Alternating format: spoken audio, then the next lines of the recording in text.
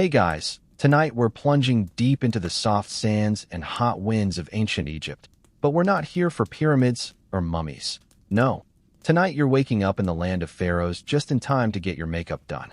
The coal is ready, the malachite is ground, and someone's already melting perfumed wax cones on their wigs. And yes, you'll have beetle juice on your lips by sunrise. This is a story of brushes and balms, of gods and glamour, of how ancient Egyptians, thousands of years ago, turned their daily beauty routines into divine rituals, deadly potions, and sometimes sunscreen made from crocodile dung. You probably won't survive this glow-up. So, before you get comfortable, take a moment to like the video and subscribe, but only if you genuinely enjoy what I do here.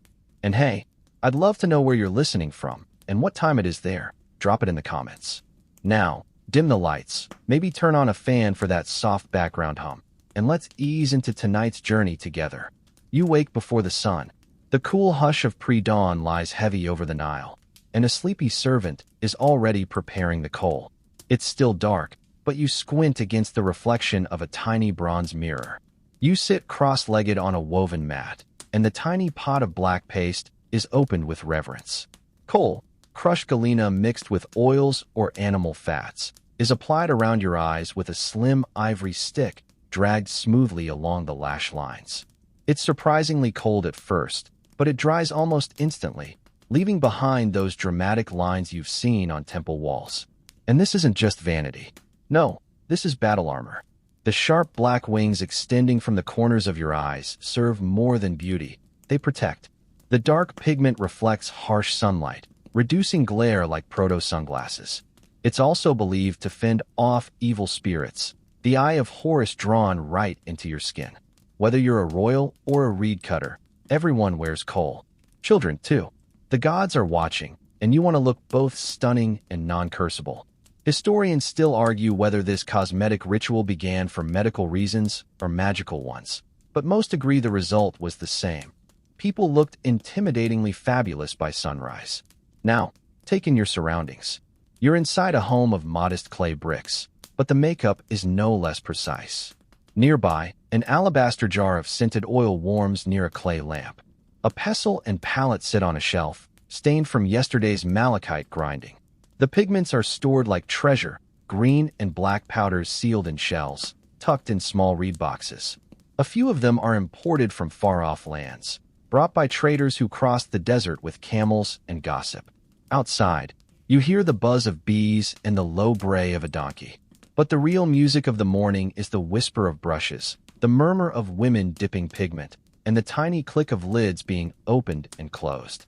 Everyone's face must be ready before the sun rises high. The midday heat is cruel, and your eyeliner must last. As the sun finally peaks above the palm trees, your face is already done. Lined eyes, a hint of red-stained lips, and skin glistening from the fine layer of oil rubbed in after your wash. Not bad for 2000 BCE. And here's a funny thing. You're less likely to have acne than your modern descendants. The mineral ingredients in these ancient cosmetics, especially the lead-based ones, are mildly antibacterial. The downside? Well, lead-based. So while you're fending off eye infections, you might also be poisoning yourself slowly. But hey, glowing skin. By now, you've moved from the house to the courtyard. A small boy is holding a mirror for his older sister, who's adjusting her headdress and reapplying a bit of coal. A mother swats away flies with a papyrus fan, her lips pursed in concentration as she smudges eyeliner with the practiced hand of someone who's done it every day since she was 9. And there, near the garden, a noblewoman is being painted by her servant. Her pigment is richer, her tools finer, gold-plated, even. Her makeup takes longer because every step matters. It's a sign of status, patience, and yes, divinely endorsed beauty. She'll go out to the temple later, or perhaps supervise the kitchen staff. Either way, she'll go looking like she's about to negotiate with the gods. Cosmetics aren't just personal, they're political. Who wears what and how much is a clear message about class, religion, and authority. You, right now, you're mid-tier. Your coal is decent, your tools are bone and copper, and you only get fresh pigment every few months. But you've got something even richer, gossip. You hear someone whispering that a priest recently saw the goddess Hathor in a dream and she had blue eyeliner. Now women are grinding lapis lazuli just in case. Imported lapis. From Afghanistan. That's right, the original influencer was a divine hallucination. As the day goes on, your makeup is tested by wind, heat, and sweat. But the thick oils beneath the pigment hold. You don't have a compact mirror in your satchel, but you do duck into reflective water now and then to check your wings. Still sharp. Before night falls, you stop by the river. A group of girls are cleaning their faces with natron and water. One of them teases another for having eyeliner smudged like a weeping statue. The laughter ripples with the water. Someone starts singing a work song, and someone else begins mixing tomorrow's Kohl already, because beauty never sleeps, not even in ancient Egypt. You head home, the last rays of sun skimming your perfectly defined eyes. You're tired, but your face? Immaculate. As it should be. Because in a land where gods have animal heads, cats are sacred, and death is just another transition, the way you look, today and in eternity, matters more than almost anything else. And tonight, even your dreams will have eyeliner. The sun is sinking now, and the sky turns the same rose gold as the perfume jars lining a priest's chamber. You're invited to follow, barefoot on cool stone, into the hush of a tomb freshly carved but not yet occupied. The scent of resin clings to your skin, sharp and sweet, and you realize this isn't a place of fear. It's a backstage area for eternity. Inside, the walls are painted with scenes of banquet and splendor, and in one corner, a small wooden chest. You step closer and peek in. Ointment jars. Dozens of them. Each one tightly sealed with beeswax, labeled in hieratic script, though that one seems to just say face stuff. You smile, because of course the dead need skincare too. That's not a joke. Cosmetics in ancient Egypt aren't just about the living. They're essential in death. You sit beside a silent embalmer, his hands coated with unguent, and watch him gently anoint a linen-wrapped arm with oils that smell like myrrh, cinnamon, lotus. These aren't just to preserve the body, they're to please the gods. And maybe, to help the deceased arrive at the afterlife looking moisturized and unbothered. Oils like mtei, a popular blend of animal fat and fragrant resins, are massaged into the deceased's face. Why? Because if you're going to meet Osiris, you don't want dry patches. Also, it helps delay decay, which is a bonus when your entire eternal fate depends on how you hold up in judgment. The Egyptians believed appearance and purity were bound. The more well-tended your body, the more spiritually refined you seemed. This extended into embalming rituals that took 70 days. That's 2 months of deluxe treatment. Exfoliation, lotions, wrapping. Basically, the original spa package. You trail your fingers across a smooth alabaster jar labeled for the afterlife. It's heavy with a thick balm made from honey and frankincense. This isn't just ceremonial. Honey is antimicrobial, and frankincense? Possibly anti-inflammatory. Historians still argue whether these cosmetic jars were actually used during life or made specifically for the tomb, but they're always packed with care, as if a glowing complexion matters in the hereafter. And here's the fun twist, it kind of did. Your face had to be recognizable for your soul, your ka, to find you again. If your skin decayed too fast, or your features changed, the gods might get confused. So cosmetics became both mask and map. Now you find yourself in the workshop of a perfumer. The smell hits you like a wall, floral, earthy, heady. A woman is stirring a mix of oil and crushed marjoram. Another filters fat through linen. The end product? A thick, silky cream that goes into small conical jars. You dab a bit onto your wrist. Smooth, waxy, faintly herbal. This is the stuff nobles wear beneath their perfume cones. Ah yes, the perfume cone. Possibly the strangest and most decadent cosmetic accessory you'll ever balance on your head. It's a small dome of scented animal fat, infused with essential oils, that melts slowly with body heat. You're not imagining it. Someone literally invented a portable aroma diffuser that sits atop your wig and turns your scalp into an incense burner. You try one on. The perfume starts to trickle, gently releasing wafts of lotus and cinnamon as it warms. Everyone at the dinner party will notice. Everyone at the funeral will too. There's a belief that scents can purify the soul.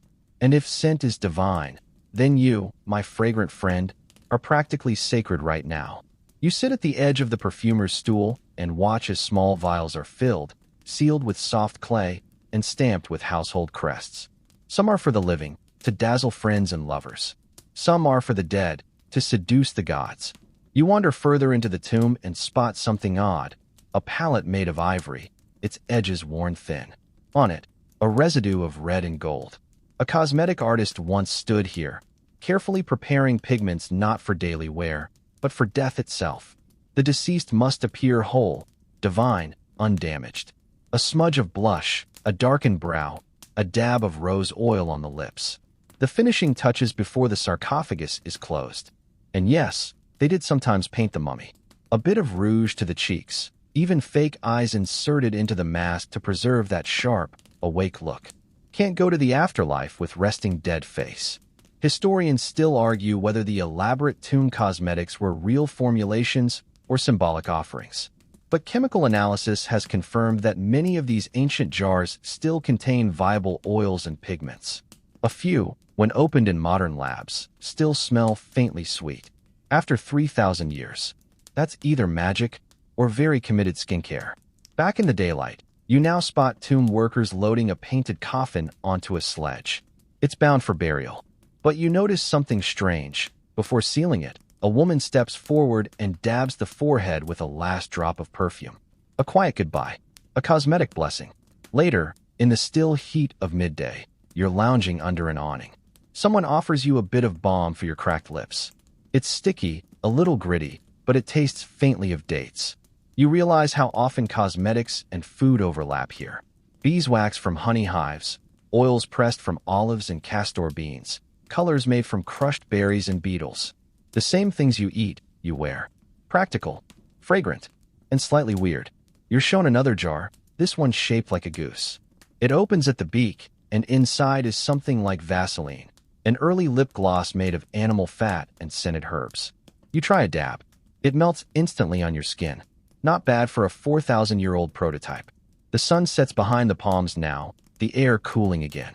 You think of the cosmetics left in tombs, still waiting, still scented, still patient. You wonder, if someone opened your modern makeup bag in 1,000 years, would they see the same hope? The same ritual? The same deep need to be remembered as beautiful? Probably. But they'd definitely be confused by your glitter highlighter. You're brushing your lips with something sticky and red. It smells faintly like crushed fruit and warm clay. The color is deep and alive, like blood or firelight, and you're not entirely sure what's in it. All you know is that your lips now look good enough to negotiate with Pharaoh himself. A servant walks by holding a basket of tiny beetles. You blink. Yes, beetles. They're being ground into powder, Kermes vermilio, a natural source of carmine dye. When mixed with fats or waxes, it becomes ancient lipstick. Sometimes they added ants too, because apparently nothing says glamour like insect pigment and a touch of bite. Your neighbor applies it with a little reed wand. She squints into a polished copper mirror, pouts, and nods in approval. Cleopatra would have approved too. The last queen of Egypt is remembered for her stunning red lips, and it wasn't just flattery. She was playing the game of power, and makeup was her chessboard. You watch as a man walks past, also wearing a tint, and no one blinks. Because here, makeup isn't gendered. Everyone wants to look alive, blessed, touched by the gods. Color is divine. Color is protection. Color is political. Historians still argue whether Cleopatra's signature look was influenced more by Egyptian tradition or by imported Greek trends. But most agree her lip color wasn't just for seduction. It was a weapon. Every shade had a message. Bright reds said confidence. Darker ones whispered mystery. Faded dry lips? Well, that said you didn't have access to fresh beetle guts, and that's just embarrassing. You're handed a different paste now. This one tinted slightly purple, with a base of crushed fuchsia petals and mixed with fish scales for added shimmer. You smirk. Ancient glitter. But not all lipstick was DIY. There were luxury formulations, too, stored in tiny pots made of faience or carved alabaster. Some were imported from Nubia or Phoenicia, each with its own scent and color. A high-ranking lady might own an entire palette of tints, one for each mood. You're still on starter beetles. Now, look around the courtyard. You notice how everyone's lips tell a different story. The elderly women favor ochre tones, earthy, practical, and resistant to melting in the sun. Younger girls try bold reds, smudging and laughing as they copy the court ladies. One boy has stained his lips so dark they almost look black, trying to mimic the priest he saw yesterday. You dip your fingers into a pot labeled with a single symbol, a feather. It smells of mint and honey. You taste a dab. Surprisingly fresh. This one's for breath. Lip color and lip balm, all in one. If you're going to whisper prayers to the gods, or sweet nothings to your crush, you'd better not smell like yesterday's onions. And yes, ancient Egyptians were very into breath care. Cloves, cinnamon bark, myrrh, chewed, sucked, and mixed into balms. If it could go in the mouth, someone probably tried to smear it on their lips too. This might explain the occasional pomegranate lipstick hybrid, which is, let's say, boldly flavored. One of the women beside you begins telling a story. She claims Cleopatra once mixed her own lip stain during a storm on the Nile, combining wine sediment and red clay to impress a Roman ambassador. Did it work? The story fades off into giggles, so probably yes. You try your hand at mixing now. A little red ochre, a smudge of dried berry, a pinch of, what is that? Crushed brick? Someone says it helps the color stay. Someone else shrugs and adds beeswax. You look at your fingers. Red, sticky, absolutely stained. You glance at your reflection again. Lips bright and alive. Eyes rimmed with kohl. Cheeks lightly dusted with something that smells like ground roses. You look like you belong here.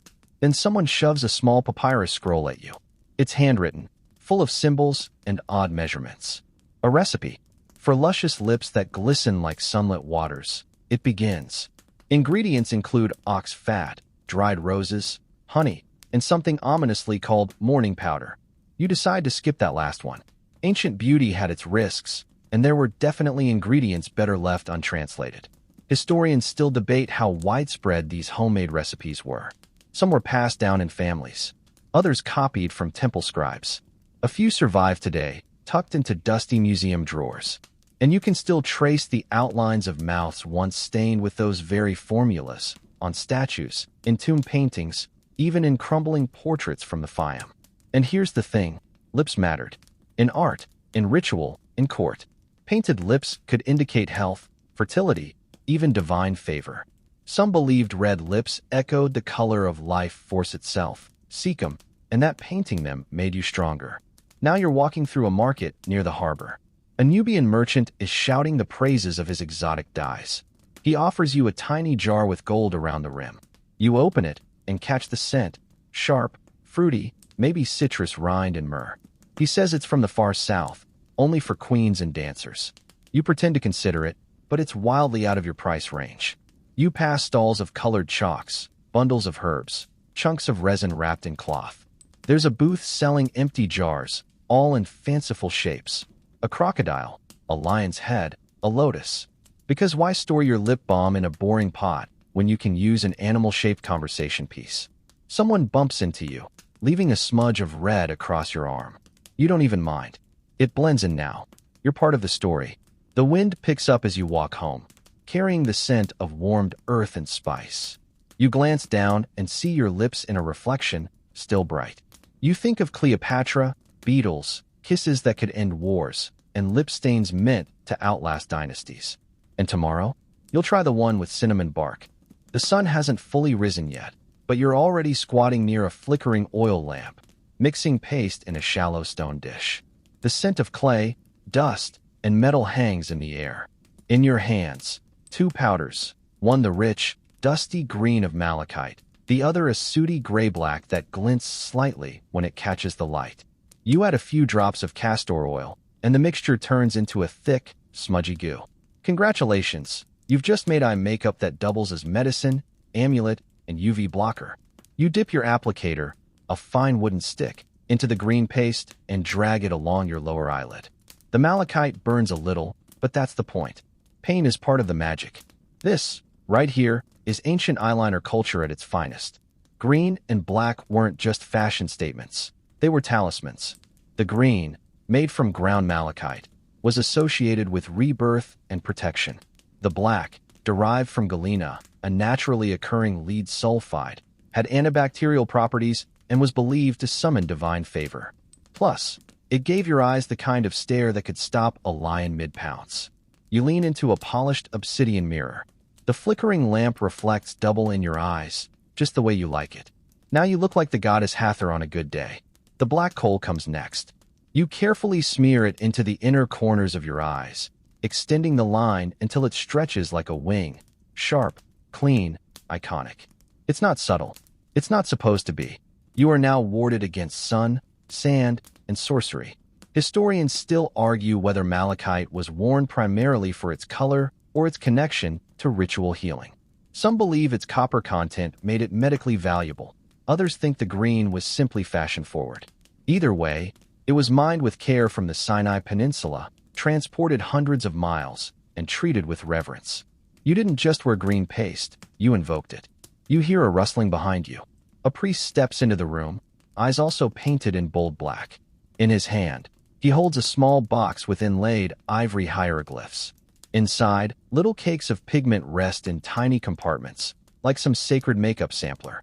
He's preparing for a ritual. Eye paint is essential. In fact, many ancient gods were depicted with heavily outlined eyes. The eye of Horus, especially, was both a symbol of protection and a literal beauty blueprint. You trace it now in your mind. Long curve, upward flick, the hint of sacred geometry built into a face. And there's more to this than vanity. These pigments have a biological side. Galena-based Kohl actually stimulates nitric oxide in the skin, which boosts immunity. So while you're busy looking like divine royalty, your body's fighting off eye infections like a pro. Science and sorcery, hand in hand. Still, not every pot of paste is created equal. You reach into a reed basket and pull out another jar. It's labeled with a symbol that might mean warning or might mean very effective. You're not sure. You dab a bit under your eye, and instantly it tingles. Too much lead, maybe? Or just the strong stuff. You decide to mix it with a little honey to dilute it. Ancient solutions for ancient problems. Out in the city, you see the results of all this eye art. Vendors, scribes, bricklayers, everyone has some version of it. Some prefer just a dark smudge. Others craft intricate lines, extending up into the brows or curling back toward the temples. There are even rumors of double eyeliner, black on the inside, green on the outside. You haven't tried that yet, but you're tempted. At the palace gates, you watch a high official step from his chariot. His eyeliner is perfect, flawless symmetry, and not a smear in sight despite the dust storm. You wonder what sorcery he's using. He sees you staring and smirks like he knows. You ask a passing market woman about her Kohl. She grins, revealing a gap-toothed smile, and pulls out a little clay pot strung on a leather thong around her neck. For luck, she says. And headaches. You raise a brow, and she shrugs. You never know what these eyes will see. Some formulas were even mixed with animal products. Bat droppings, crocodile dung, powdered bone, adding layers of meaning, risk, and perhaps the occasional pink eye. But you know what they say, beauty is pain, and sometimes mildly toxic. Historians still debate whether the symbolic or medical use of eyeliner came first. Did the healing effect encourage daily wear, or did the habit of daily wear lead to medical discovery? It's hard to say when magic, medicine, and cosmetics are this intertwined. But it's clear, this was more than aesthetics. By now, your fingers are stained black and green. You wipe them on a scrap of linen, but the color lingers. It always does. In a world where your eyes were both mirror and message, the pigments were your vocabulary. You didn't just wear them. You spoke with them. You visit the local temple. Inside, rows of painted statues stare down at you, all with the same bold, perfect liner. The priests believe the gods themselves wore Kohl, not just to look beautiful, but to see better. Divine vision required divine enhancement. The air in the temple is thick with incense. You kneel, whisper a prayer, and offer a dab of green pigment to the altar. A thank you, a promise, a hope for clear sight, both literal and cosmic. As you leave, the last rays of sun catch your eyes in the mirror again. The green has faded just a little. The black remains sharp. You smile. You've walked through wind, dust, and ritual, and your eyeliner has outlived them all. Tomorrow, you'll try the double line. The heat of the day clings to everything, but you're indoors now, bare feet pressing cool stone, surrounded by the gentle buzz of conversation and the slow, rhythmic thud-thud of a razor tapping against a bronze bowl. Welcome to the ancient Egyptian barbershop, where fashion starts with a clean scalp, and the hair is mostly optional. You lower your head slightly as the barber approaches. He's got a steady hand and a glint of beeswax in his eye. With one practiced motion, he shaves the last bit of fuzz from your skull. Smooth, cool, slightly tingly from the clay soap he used. You touch your head. It feels like marble. In ancient Egypt, bald was beautiful. Wigs weren't just accessories, they were essentials.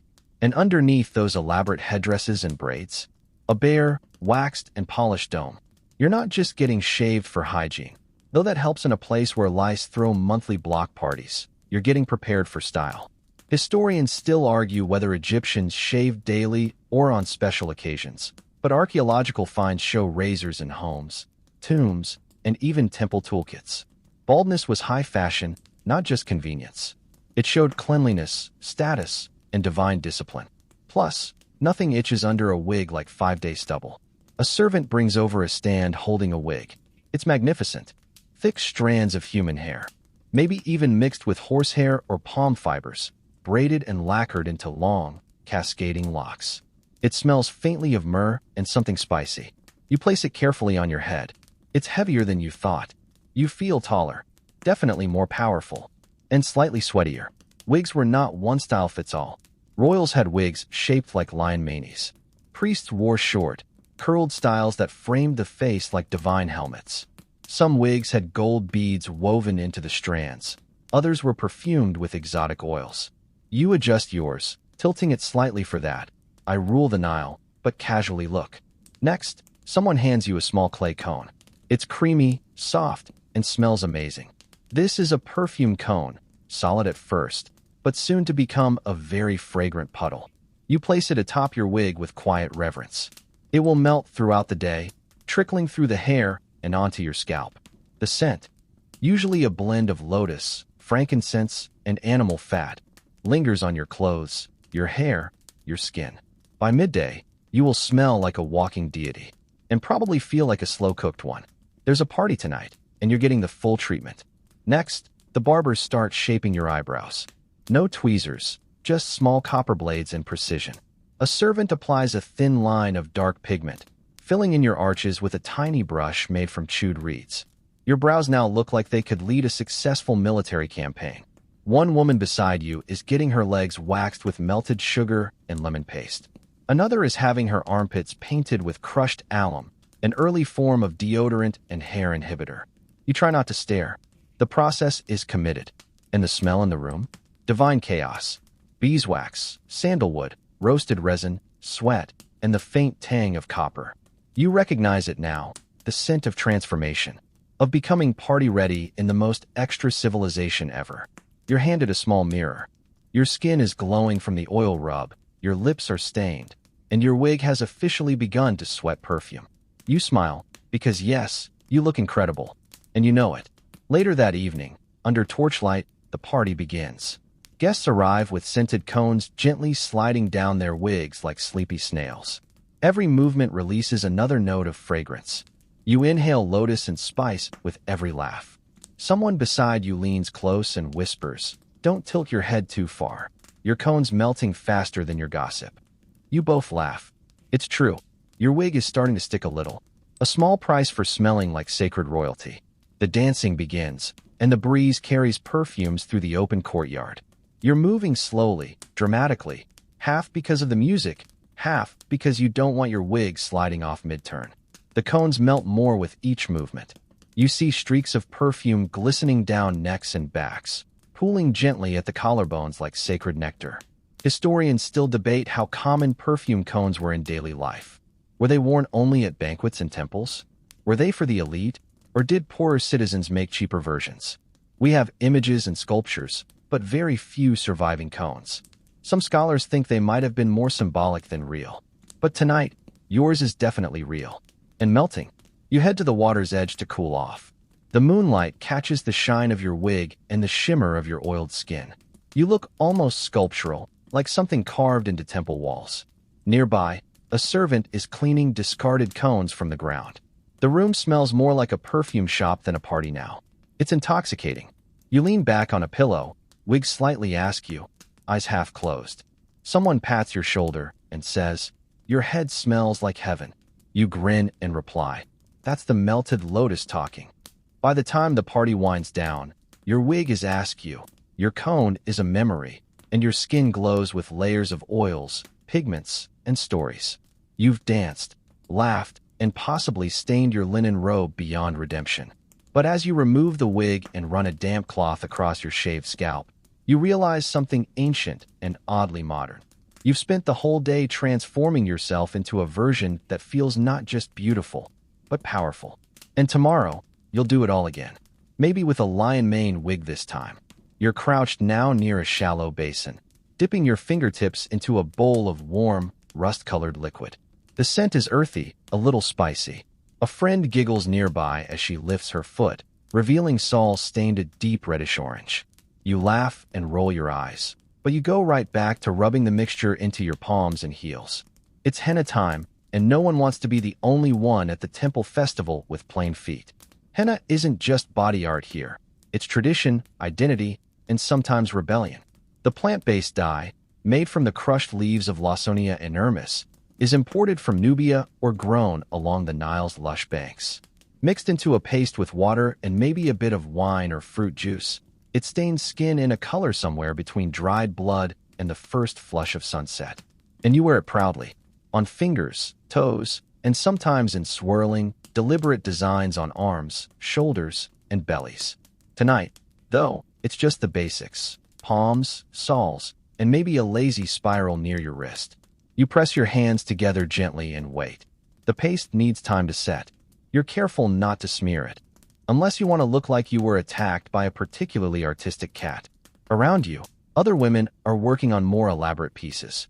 One has tiny birds inked up her forearm. Another is painting zigzags down her calves. A third is etching a protective eye symbol near her navel.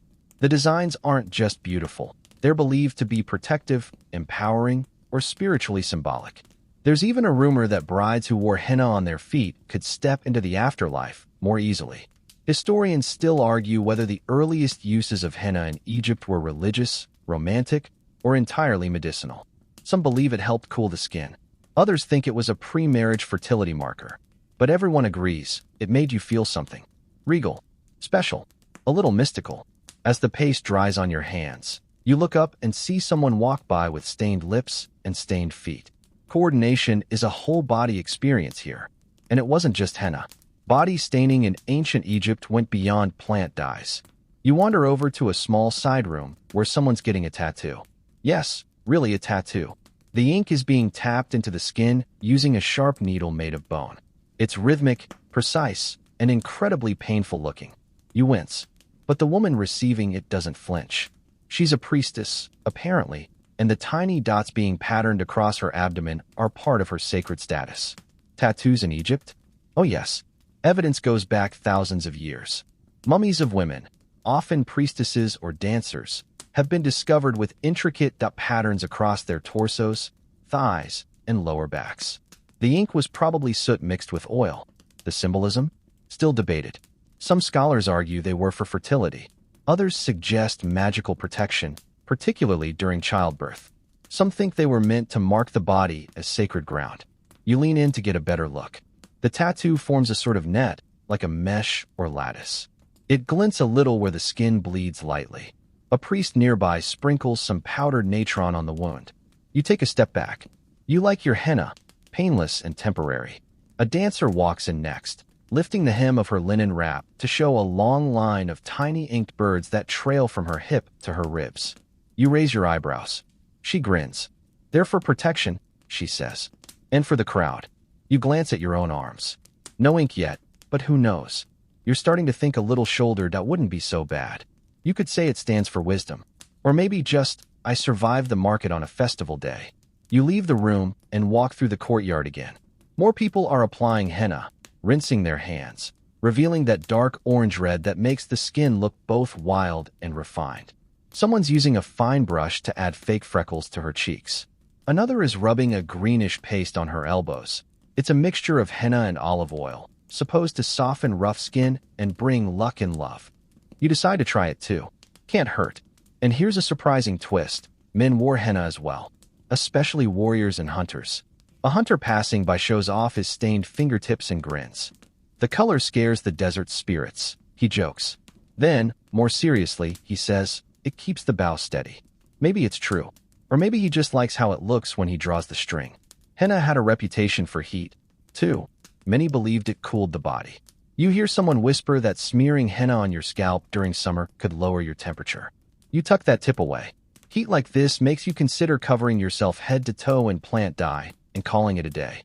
You rest beneath a fig tree now, palms up, admiring the work. Your hands look like they've been dipped in firelight.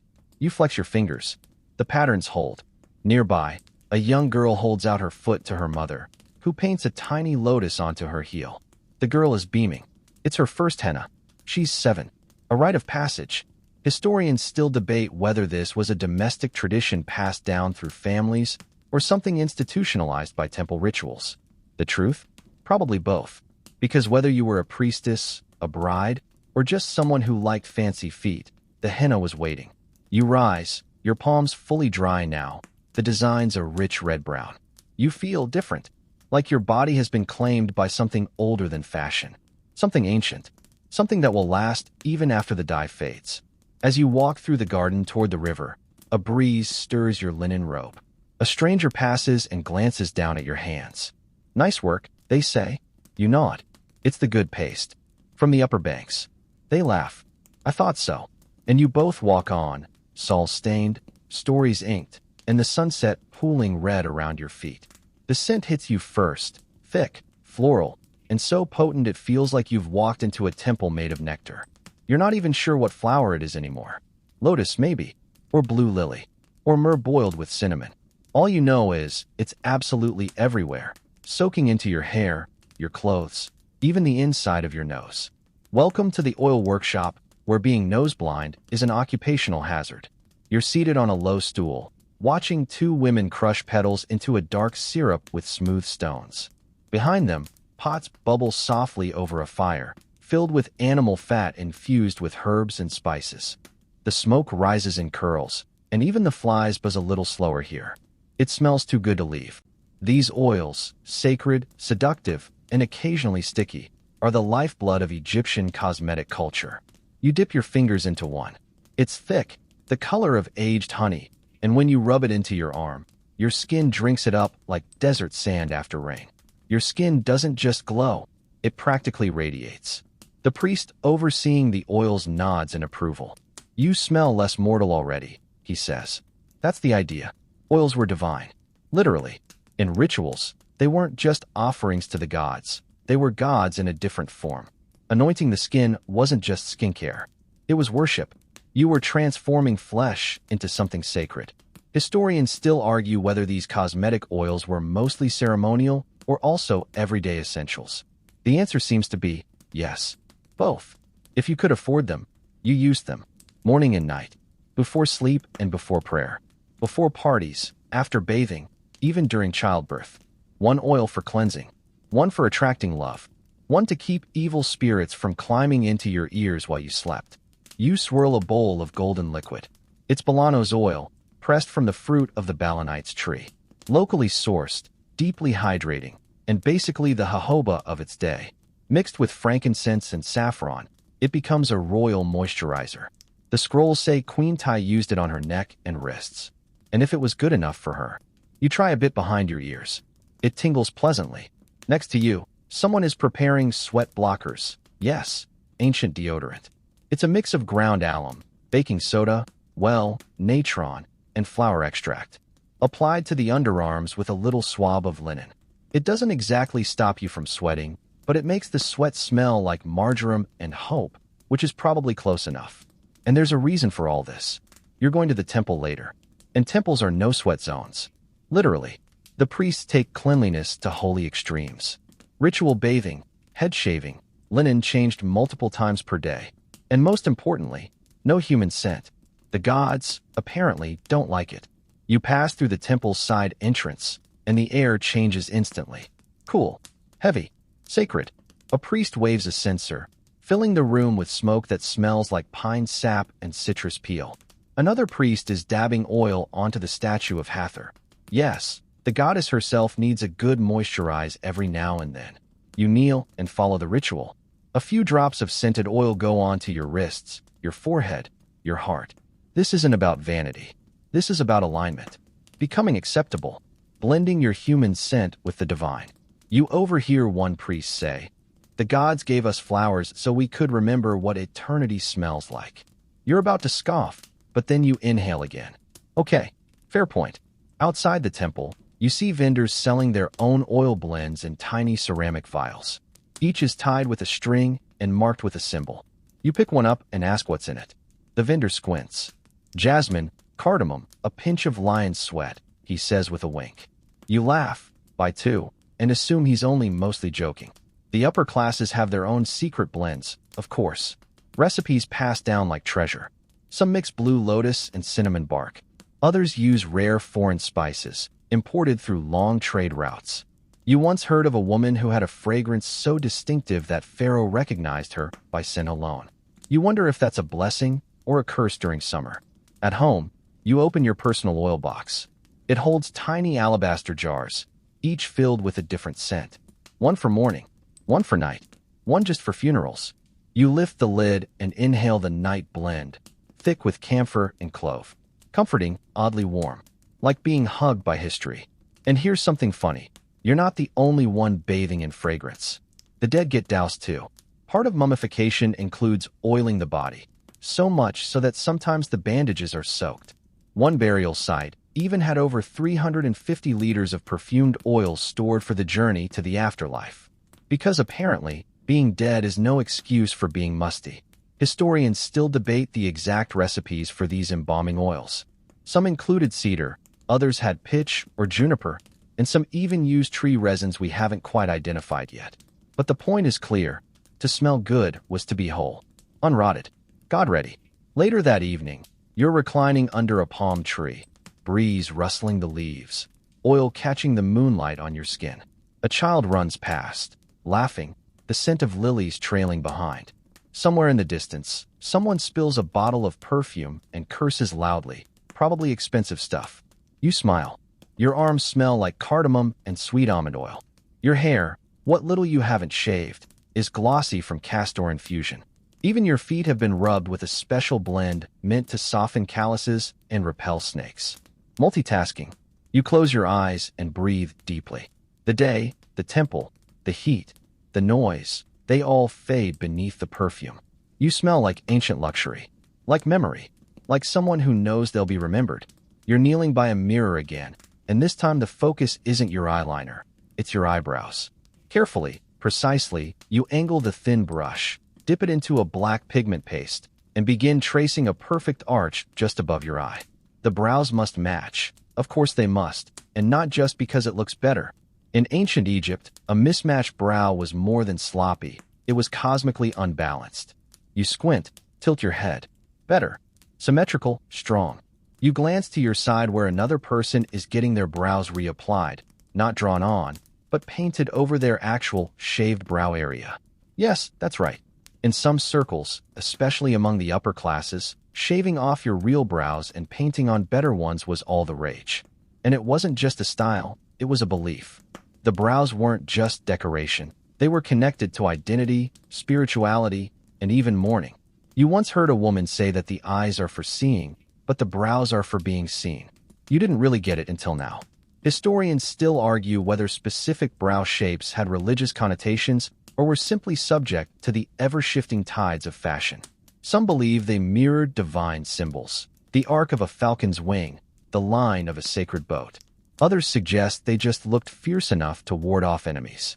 Either way, you now look ready to summon something. You add a little more definition to the tail of your brow. The paste is made of soot, powdered minerals, and a hint of gum arabic. It dries fast and stays longer. Some people use a little crushed date pit in their mix. It's supposed to make the color richer.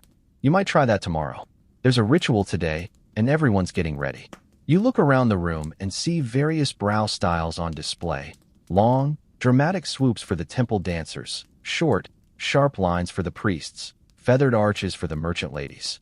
One boy is trying to emulate the latest court trend, a double brow, thin and thick, layered like a shadow. And then there's morning brow style. You pass a woman on your way to the plaza. She's shaved her eyebrows completely. Her husband died 2 weeks ago, and this is how she shows her grief. No paint, No kohl, no pigment. Just bare, clean skin above downcast eyes. It's oddly beautiful. And heartbreaking.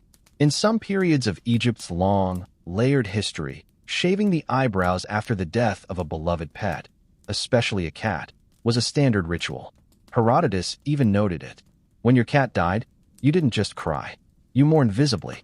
And if your house cat was sacred, imagine what happened when a temple cat passed. You pause at a market stall where small jars of eyebrow pigment are lined up like offerings. One smells faintly of licorice root. Another has tiny gold flecks in it, probably ceremonial. A woman selling them leans in and says, "This one's for weddings. This one's for funerals. This one's for flirting in temple courtyards." You take the last one, just in case. Eyebrows weren't just aesthetic, they helped you communicate without speaking. A raised brow could signal amusement, challenge, or priestly authority. Some scrolls even show eyebrow markings used in coded prayers. Tiny strokes above the eyes said to link you more closely to gods like Thoth or Isis. You return home, wash your face with warm natron water, and reapply a new brow, more dramatic this time. Why not? Tonight there's a festival. You'll need brows that can dance under torchlight and still hold shape. One of your friends appears, holding a tiny pot and a reed needle. She's going for a semi-permanent look, not a tattoo. Exactly. More like pigment rubbed into the skin through micropricks. You shake your head, not ready for that level of commitment. But it looks fantastic, like she was born with perfect arches. Or maybe born again. Historians still debate whether those early brow staining methods count as tattooing or some kind of cosmetic scarification. What's certain is that they were effective and often painful. But beauty hurts, especially when you're trying to impress both your neighbors and your afterlife judges. Later, as you arrive at the temple courtyard, the torches flicker and laughter carries through the evening air. A young girl tugs your sleeve and says, "Your eyebrows look like goddess wings." You smile. That's what I was going for. All around you, painted eyes and brows shimmer in the firelight. There's music, food, gossip. Someone dances, her brows arched so high they look surprised to be invited. Another guest has adorned her brow line with tiny beads, stuck with a gum resin adhesive that glitters in the torchlight. The gods are watching. Might as well impress them. By the end of the night, your brow paint is still intact, maybe a little faded at the edges, but honestly, so are you. It's been a long day of rituals, compliments, and a small incident involving spice date wine and a goat. You'll fix it in the morning. Back home, you dip a cloth into cool water and wipe away the pigment, watching as your carefully sculpted identity dissolves into the basin. The bare skin underneath looks pale, clean, unfamiliar, vulnerable even. But that's the thing about ancient Egyptian cosmetics. You could reinvent yourself every single day. You weren't just painting a face. You were telling a story, offering a prayer, shaping your fate. And tomorrow, you're thinking thicker brows. For confidence, you're crouching by the river now, a handful of salt crystals in one palm and a coarse linen cloth in the other. The sun has barely crested the eastern hills, but already the air smells like wet stone, mint, and something vaguely sulfuric. It's bath time, but not the splashy kind. This is the ancient Egyptian version of exfoliating, and it's about to get gritty. You scoop some water into a shallow clay bowl, sprinkle in the natron, and stir it into a cloudy solution. Natron, the magic powder of the Nile, half salt, half baking soda, fully versatile. It cleans, it preserves, it deodorizes. Today, it's your body scrub. You dip your cloth, scrub your arms in tight circles, and feel the burn. Natron is mildly caustic. It's not gentle, but it works. The dead skin rolls off like peeling bark, and beneath it, your skin emerges flushed and new, like you've just come back from being mummified, but make it spa day. Next to you, a noblewoman reclines on a polished rock as her servant vigorously scrubs her feet with a mix of sand and castor oil.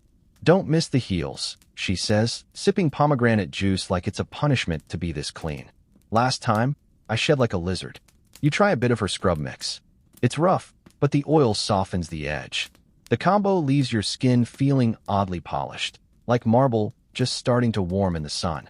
A little painful, but also addictive. You could scrub forever and never run out of skin.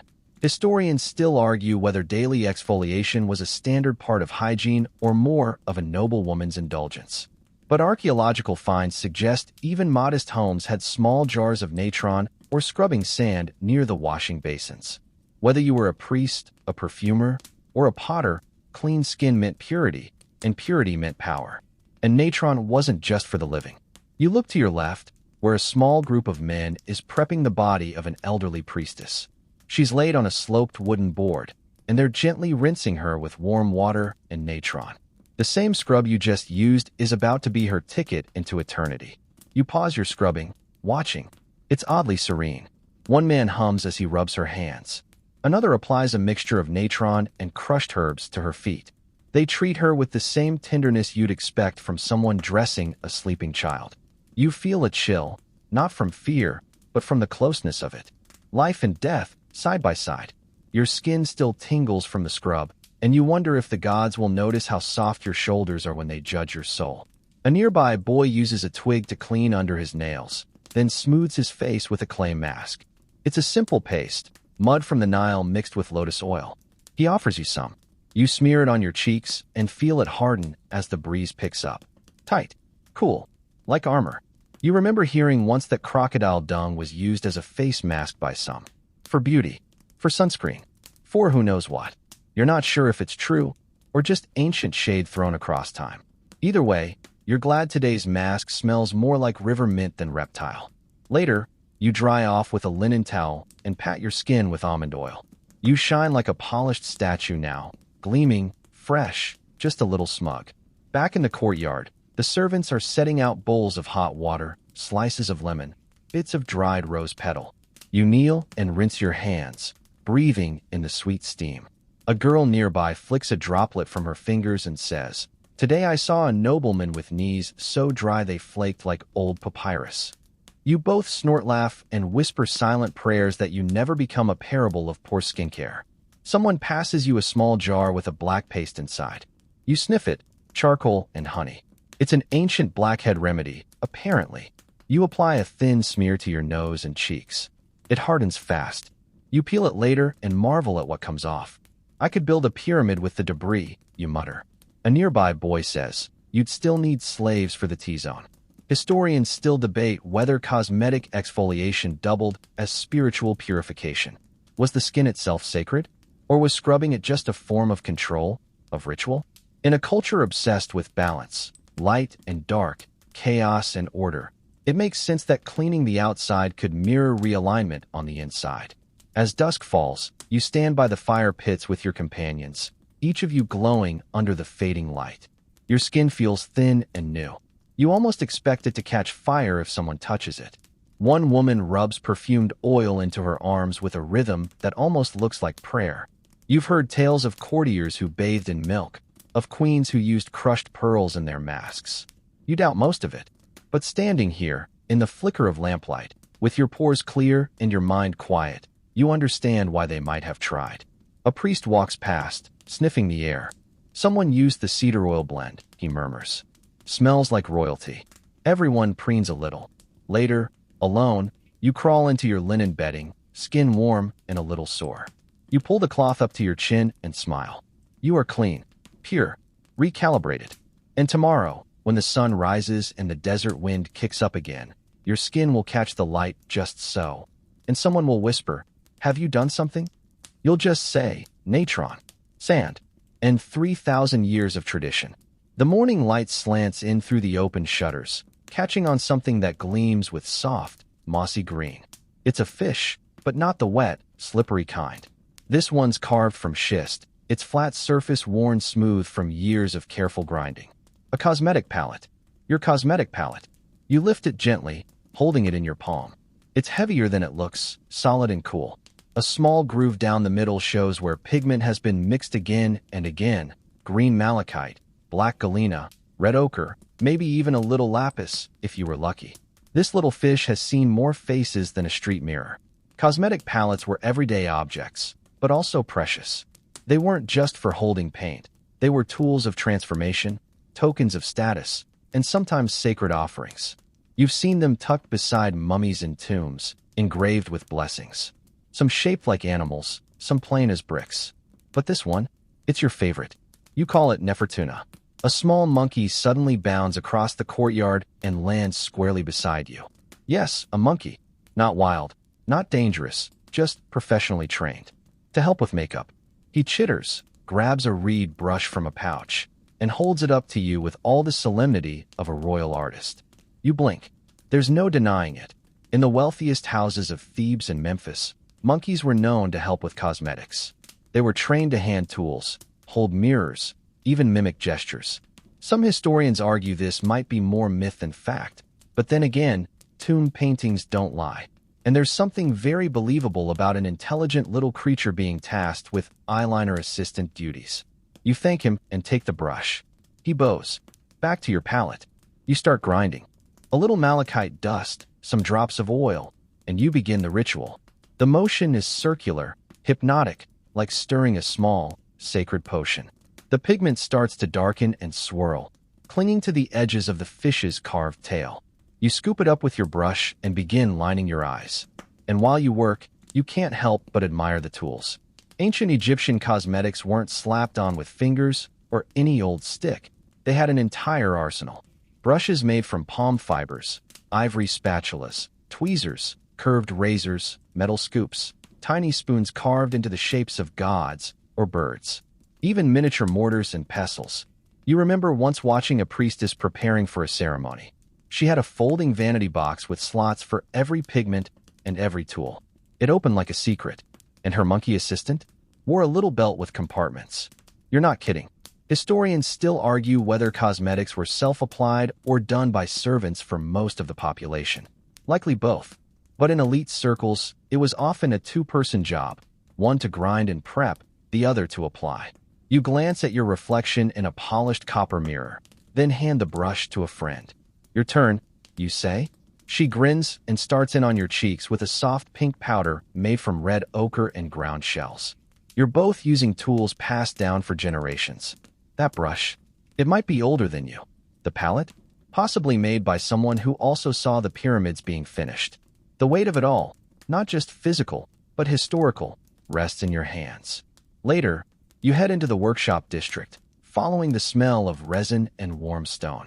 A craftsman is carving a new palette from alabaster, etching lotus petals along the edges. He tells you it's for a wedding gift. The bride's name will be written in tiny hieroglyphs across the center. So she'll always be remembered, he says, every time she gets ready for the day. You admire another palette shaped like a turtle, one like a bird in flight. There's a rumor of a pharaoh who had one shaped like the eye of Ra, with compartments that clicked open to reveal secret pigments. The ancient equivalent of a deluxe multi-compartment eyeshadow kit. You return home and decide to organize your own collection. Your box holds more than makeup, it holds memories. One brush still smells faintly of cinnamon from last year's festival. One vial of pigment came from a traveling merchant who swore it was blessed by Hathor herself, and also very much overcharged you. There's a spatula that belonged to your grandmother. You keep it not because it's the best, but because she always said it made her eyeliner sharper than a judge's gaze. And then there's your monkey friend, still sitting nearby, watching your every move with curious eyes. You hand him a slice of figure. He accepts it solemnly, as if payment for services rendered. You begin mixing a new shade, this one a little experimental. Malachite with crushed rose petal. It smells odd, but it spreads nicely. You test it on your wrist. A greenish-pink shimmer. Not bad. Might start a trend. Your friend returns and lifts the fish palette. This one, she asks. You nod. It's the one you always return to. The one that feels like it belongs in your hand. She traces the carved scales with one finger. It's got magic, she whispers. Maybe it does. Or maybe it just feels that way because every face you've worn has started here. You finish for the day, cleaning your tools carefully, wrapping them in linen, placing them back in the carved box. You run a hand over the fish one more time, admiring its chipped tail and worn belly. It's old, it's flawed, and it still works like the day it was carved. Kind of like you. As the light fades and your monkey assistant curls up near the door, you think about all the hands that have held a palette like this, all the faces painted, all the mornings begun with the grind of pigment and the glide of a brush. And you know tomorrow, you'll do it again. Because even in a world of gods and pyramids, sometimes it's the little fish that holds the most magic. You're walking now through a neighborhood where the houses shrink as the road twists away from the palaces. The plaster is cracked, the bricks are sun-bleached, and the scent in the air changes. Less perfume, more cooking lentils. This is where beauty still lives, but in simpler forms. Less gold leaf, more crushed bark. Less lapis lazuli, more clever substitutes. You pause beside a woman squatting by a clay basin, mashing red ochre into a slurry with the back of a spoon. Her cheeks are already dusted, her lips faintly tinted. She smiles, offers you a dab on your finger. It's gritty, but the color is warm. She tells you it's for market days, and funerals, and weddings. Pretty much everything. Cosmetics in ancient Egypt weren't just for the elite. Even the poorest homes had some version of a pigment pot, a brush, a cracked mirror. You walk past a stall where a man is selling chunks of galena wrapped in cloth. I paint for those who can't afford fancy oils. He holds one up. Smells a little like goat, but keeps the sun away, he says with a grin. You smile back. Because here, style is about survival as much as it is about beauty. A child darts past you, face streaked with crooked Kohl lines. She looks like she applied it with her thumbs, which she probably did. Her mother shouts something, grabs her, wipes it away with a wet cloth, and reapplies it with a stick pulled from her hair bun. The child giggles. The ritual continues. You notice differences everywhere now. Among the wealthy, makeup comes in ornate jars with silver-tipped brushes. Here, pigments are kept in broken shells or old pottery shards. Among nobles, wigs are long and heavy, perfumed cones melting gracefully down the back. Here, hair is often tied with reeds, dyed with henna if anything, and sprinkled with crushed rosemary to hide the scent of river water. And yet, you can't help but admire it all. There's an elegance in the economy of it. The way a servant girl lines her eyes in green with a mix of malachite and olive oil, even though it stains unevenly. The way a laborer oils his scalp each morning with the last press of castor, knowing it'll protect his skin from the brutal sun. They're not dressing for court, they're dressing for life. And that might matter even more. Historians still debate the extent to which beauty standards crossed class lines. Did the workers imitate the royals? Or did the royals borrow styles from the people? It's likely both. Trends flowed up and down the Nile, passed through servants, copied in paintings, whispered through marketplaces. A noble woman might wear imported myrrh, but the flower tucked behind her ear? That came from a farmer's field. You pause at a courtyard where a wedding is being prepared. The bride is seated on a low stool, and two older women are applying color to her lips. Not lipstick, just mashed hibiscus petals, wet and fresh. Her eyebrows are brushed into place with a tiny comb made from fishbone. Her mother is combing her hair, muttering that the priest better not be late. You watch in quiet awe as these women make magic from what they have. Their tools are scraps, their pigments humble. But the result? Just as beautiful as anything you've seen in the palace. You move along the edge of the gathering, where a few men are preparing their own grooming. One is scraping his cheeks clean with a sharpened copper shard. Another is applying a homebrew cologne, clove, vinegar, and what smells like slightly burned palm wine. Better than smelling like fish, he says, dabbing it behind his ears.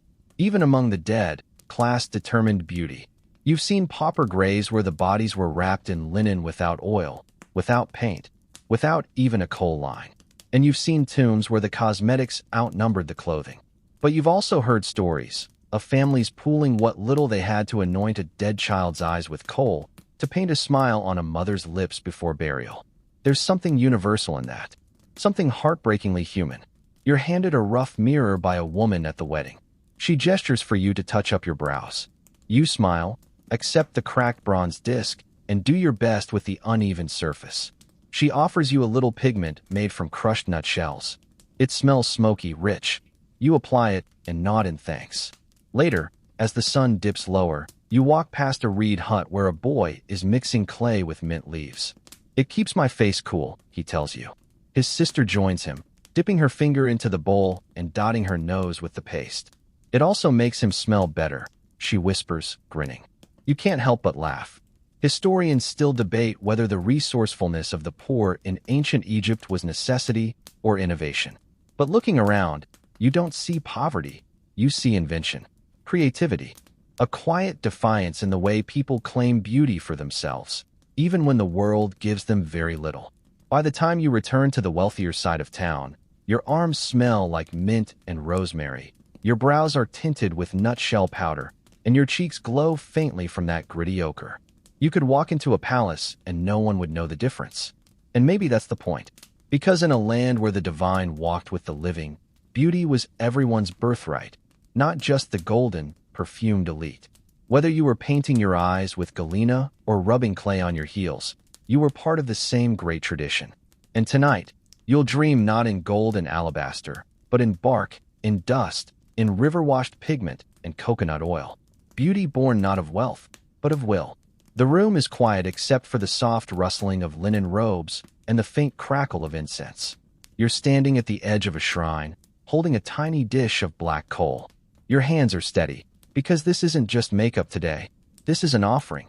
Before you is a statue of Hathor, carved in stone but alive in the way all sacred things are. You bow, dip a reed into the dish, and raise it to the statue's eye. With a careful hand, you draw a dark line along the carved eyelid. Not because Hathor needs to look fabulous, but because this act, this line, this pigment, it pleases her. In temples across ancient Egypt, cosmetics weren't just adornment, they were acts of devotion. The gods, after all, were the original beauty influencers. The eye of Horus wasn't just protection, it was a look. The face of Sekhmet? Fearsome, but always outlined. Even Thoth, the ibis-headed scribe, often wore Kohl in paintings.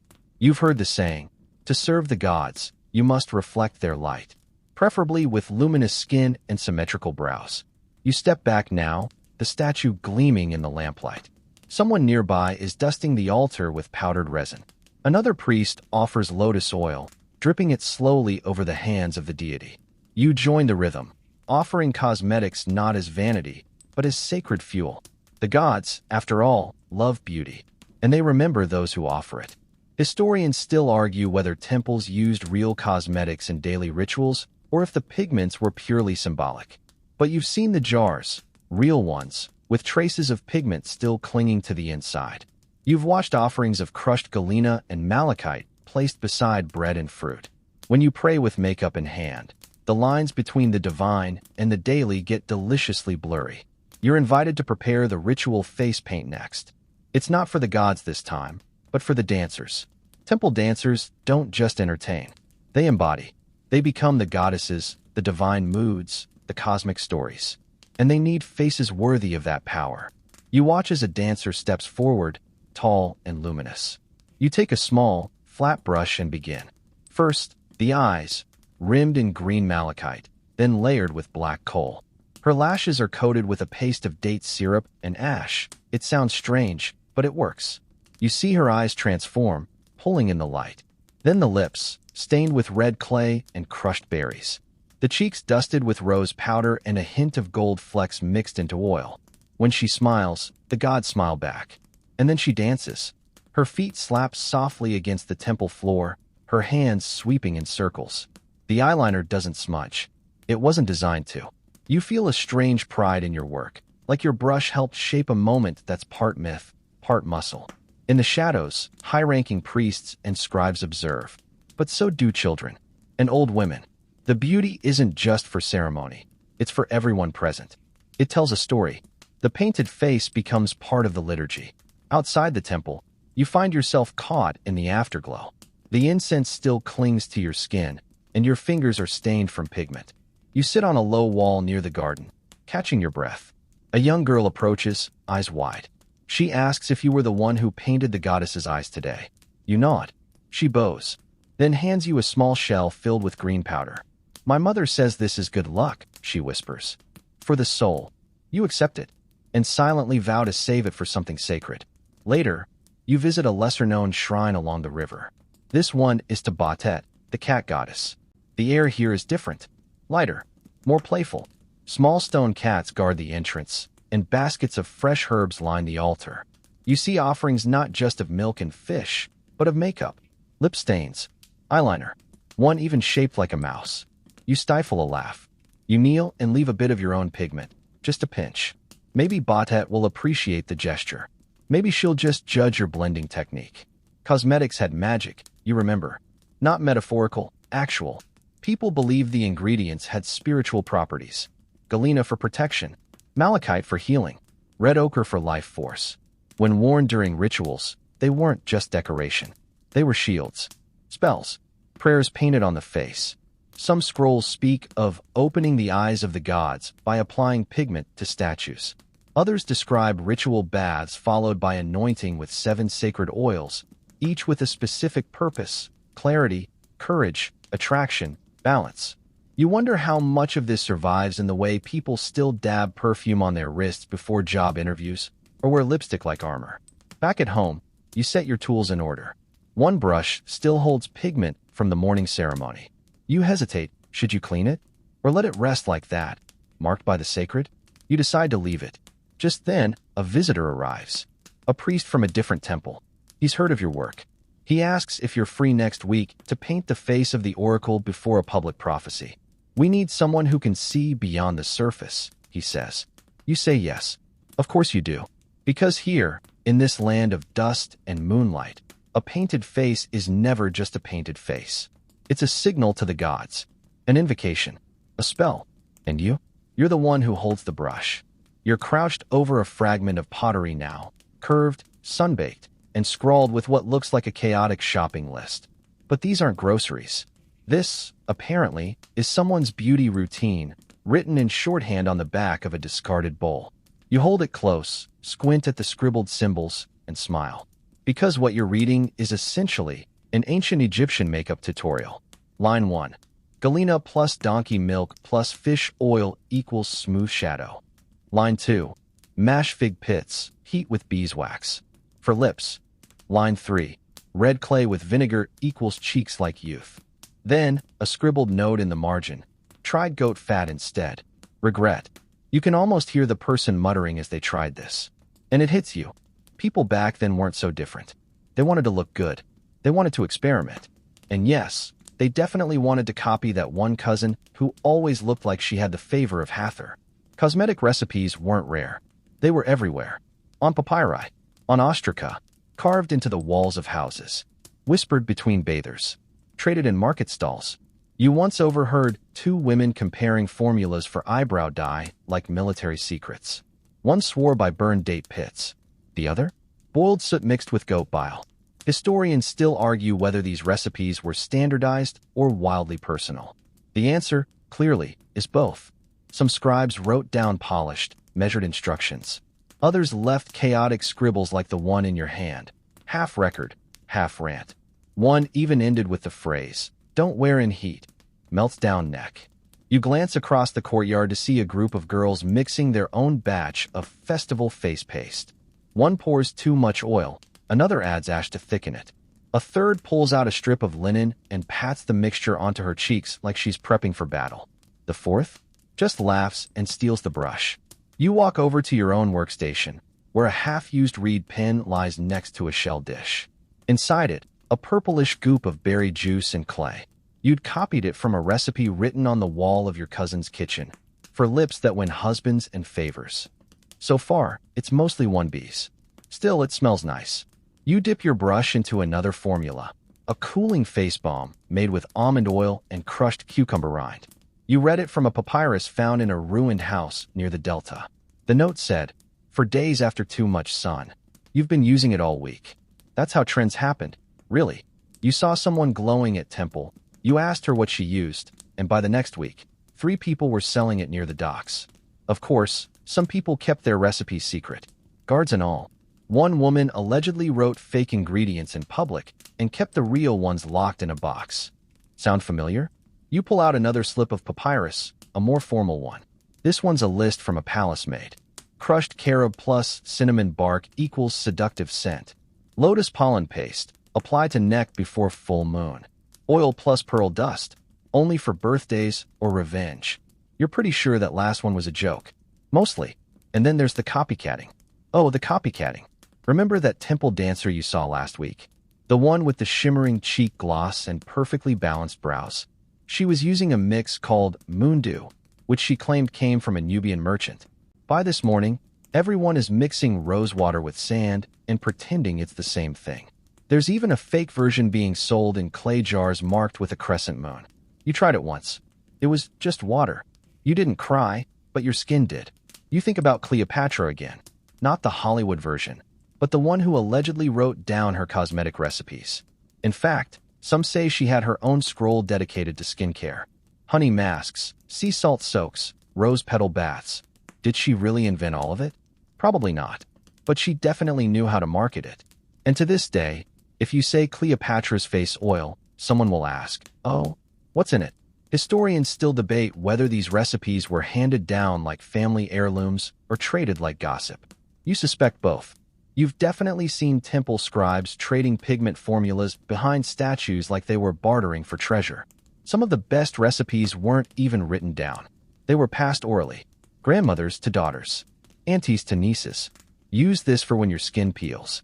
This one for nights when you can't sleep. That one, oh no, that's for when you need someone to look twice. You remember one old woman who insisted that the best cheek color was a mix of sunrise and disappointment. When you asked what that meant, she just cackled and handed you a pot that smelled like pomegranate and pepper. You try a little now. Still stings. Still works. Your shelf of borrowed recipes is growing. Some are scribbled on broken tiles, others scratched onto the underside of lids. One's on the back of a bread invoice. It reads, "Do not eat. Face only. Tell no one." You've kept your word. Mostly. You sit back, looking at your collection. There's joy in this. Messy, fragrant, unpredictable joy. Every smear of pigment is a memory. Every odd formula, a gamble. Some make your cheeks bloom. Others, not so much. But that's the fun, isn't it? Even in the shadow of pyramids, with gods watching and pharaohs judging, someone still took the time to write. Add more mint if the weather is hot. And that, to you, feels like love. You step onto the stone pier at the edge of the Nile, where a long, slender boat rocks gently, ropes creaking and sails fluttering in the river wind. The merchant aboard waves you up. He smells of salt, dates, and distant places. You climb aboard, and as the boat pushes off from the shore, your eyes scan the cargo. Tightly packed jars, baskets lined with soft cloth, strange wood boxes etched in unfamiliar patterns. You're heading south, to Nubia, because fashion doesn't stand still, not even in ancient Egypt. And some of the boldest, most coveted cosmetic trends don't come from inside the palace walls. They drift in from across borders. Nubian styles, in particular, have a way of getting under everyone's skin and onto their faces. You sit among the traders, passing jars between you. This one, a deep brown pigment from the southern mines. That one, a scented oil with a smoky, almost spicy finish, very different from the floral-heavy blends you're used to. And here, this carved shell dish lined with glittering black powder. For lashes, the merchant says with a grin, long like river reeds. You try it. It's intense, heavy, but dramatic. You're not sure if your eyes are protected from evil spirits, but they are definitely ready to flirt across an international treaty. By the time you reach Nubia, the sun is deeper in color, the terrain rougher, the music slightly different, but the cosmetics? Oh, they're next level. You're ushered into a gathering where women are painting their bodies, not just faces, but arms, collarbones, even ankles. The designs are bold, swirling, asymmetrical, layered with metallic dust and lines of red clay. One woman has lined her entire jawline in gold paint. Another has dots trailing from temple to chin. You watch, stunned. This isn't temple makeup. This is statement. And it's beautiful. You're offered a seat and handed a long-handled brush carved from ivory and tipped with horsehair. The pigment in the bowl before you is dark, almost blue-black. You dip it, then let one of the women trace your forehead with thin, crisscrossing lines. To make your thoughts sharper, she says. You nod. Of course. Historians still debate how much Nubian cosmetic culture influenced Egyptian trends, and vice versa. The lines blur like coal in the desert heat. Trade between the two regions was constant, sometimes peaceful, sometimes, let's say, aggressively negotiated. But the cultural exchange was undeniable. Egypt sent gold and grain. Nubia sent style. Back in Egypt, you start noticing things. A priestess shows up with a new lip color, darker, richer, almost burgundy. She says it's made from dried plum skins and Nubian clay. Soon, everyone's trying to recreate it with pomegranate rinds. Poorly. A noblewoman arrives at court with braided extensions you haven't seen before. Each braid is tipped in amber-colored beads. She says it's a Nubian style from a region where the rivers curve like cobras. Within days, half the palace is braiding like her. You spot one woman desperately trying to keep the beads from flying off during a particularly animated conversation. You grin. Fashion has entered the chat, but not everyone approves. You overhear a priest grumble that these foreign styles distract from divine order. Someone else mutters that the oils smell too strong, that the pigments are too bold. But when a high-ranking scribe shows up with silver-dusted brows and eyes like a falcon, silence. Just nods of admiration. You know how this works. Soon, the cosmetics market adapts. Merchants start claiming their jars are imported. Some probably are. Most definitely aren't. One stall proudly advertises Nubian face fire. It's just crushed cinnamon and almond oil. Smells great, though. You wander the stalls, buying what you can afford. A small vial of dark shimmer for lining the lower lash. A pebble-sized chunk of resin meant to be melted into lip tint. A comb shaped like a stylized jackal. All clearly influenced by Southern styles. All clearly now yours. You experiment at home. Tonight, you go for the imported look. Bolder brows, cheekbones lined in red dust, lips dabbed with the plum-like stain. You pull your hair into tight, low braids and pin them with dried flower stems. Someone sees you and raises a brow. Is that Nubian? You smile. It's Nile fusion. They roll their eyes, but tomorrow they'll try it too. You sit by the river at dusk, oil lamp glowing beside you, and you open your carved box of supplies. Each jar tells a story. This one from a temple, that one from a merchant who flirted shamelessly while haggling. This brush was gifted by a dancer who said you had a face built for pigment. You like that. Historians still wonder how foreign cosmetic trends were received across different Egyptian dynasties. Some kings embraced them. Others issued laws banning non-Egyptian adornments in court, which of course just made them more popular. You close your eyes and inhale the scent on your skin. Earthy, floral, musky, foreign. It reminds you of distant songs and half-understood prayers. You wonder how many faces it took to carry these styles northward. How many conversations? How many admiring stares? And you wonder what tomorrow's trend will be. Maybe something from the sea. Maybe something from the west. Maybe a color that hasn't been invented yet, but will arrive with the next boat, carried by someone wearing gold-dusted lips and an eyebrow arch sharp enough to slice envy. You'll be ready. You always are. The morning air feels different now. Quieter. You can almost hear the shift in time, the way centuries creep in slowly. Not with drama, but with soft erasures. You're sitting in a shaded courtyard, stirring a pot of faded pigment that used to glisten like starlight. It still works. Sort of. But something's changed. The world around you is changing, too. A merchant walks by, his robe cut in a newer style, his sandals stitched with foreign thread. His satchel clinks, not with jars of Kohl or rose oil, but with little glass vials imported from Rome. He doesn't stop to chat. He's in a rush. There's a ship coming in, and it doesn't wait for fading empires. You look down at the black line you've just traced under your eye. Still sharp.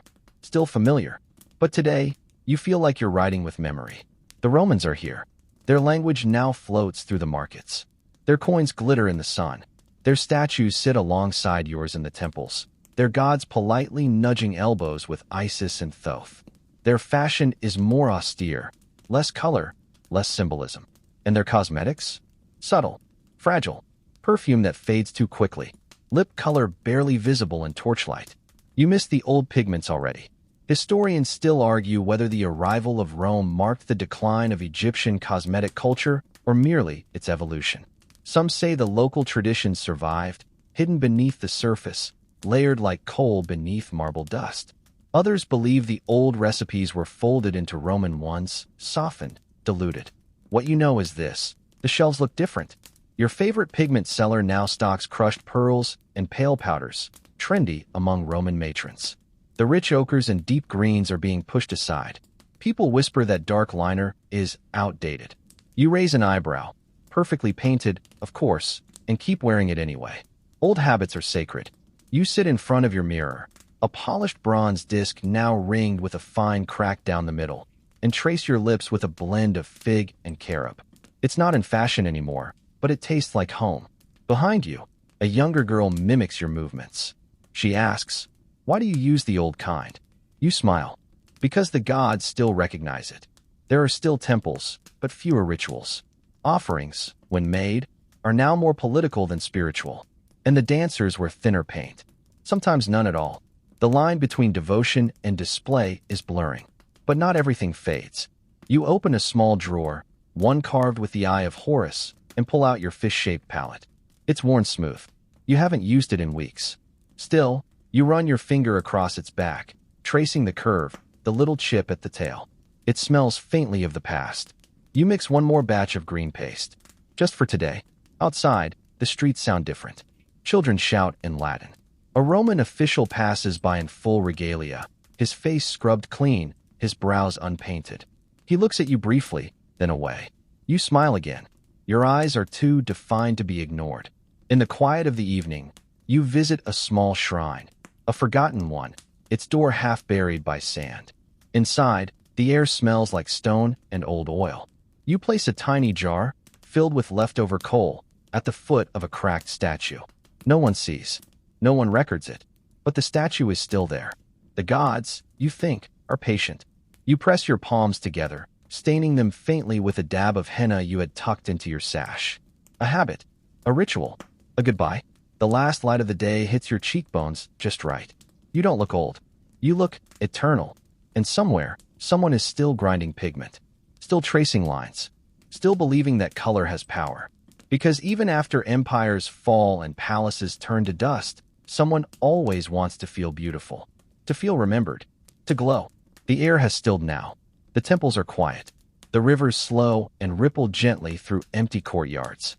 All the pigments are packed away, the brushes rinsed and wrapped in linen, and the last trace of Kohl has faded from your fingertips. But if you close your eyes, you can still smell the crushed flowers, the warm oils, the dust of red ochre rising in the morning light. You can still feel the cold press of a palette in your palm, the weight of a wig, the cooling tingle of natron on sun-kissed skin. You remember the giggles of girls staining their feet in henna, the solemn nods of priestesses painting goddesses' eyes in silence. You remember the hum of the market, the proud tilt of a head adorned with Nubian gold, the reverent hush as someone applied pigment like a prayer. Even now, in the long hush of history, their beauty lingers.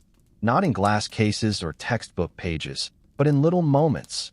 In every mirror where someone pauses to admire their reflection. In every bold line drawn along a lash. In every scent dabbed gently on the wrist. So rest now. Let your mind drift back along the Nile, past the perfume stalls and sacred oils, past the powdered priests and painted dancers. Let it settle in the shade of a fig tree, where someone is grinding green malachite under the sun. Not for war, not for worship, just to feel like themselves. You're safe here, glowing, remembered. Sweet dreams.